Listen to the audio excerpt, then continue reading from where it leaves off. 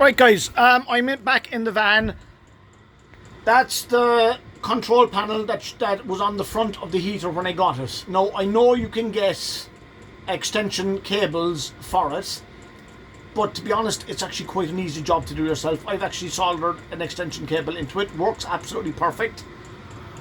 Comes all the way down the wall here. It's coming out the floor here, across underneath the lip and up into the box here, and you can see the outlet. That's the outlet for the heater. And the heater's there. Now I've had the heater running for 15 minutes. It's running at the moment at about 3/4 speed. 1 second now. Bang it up a bit. So now I've just turned it back up full speed, and you'll hear the pump picking up. Now, CO alarm has been in here again since I've had it running. Absolutely no issues whatsoever. It's pumping out the heat. It's pumping really good heat. I've got to purge a last bit of air out of the diesel line, and I've just got to tidy up the wiring because it's all only for test at the moment. Now, a couple of things. I'll give an idea of the difference between having the pump inside the case here and where it is now.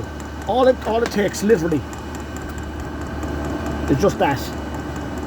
You put a couple of rags down there, and it halves that. Just straight away halves the noise of the pump. And bear in mind, this is the lid off a seat, so the seat's going to be down and there's going to be a cushion on the seat. So it does make a massive difference. I've drilled a couple of holes in there to start off with. I will be drilling more, just because I want to make sure that the fan that's on here has enough air to draw on to pump to basically pump through the air that comes through here. Now guys,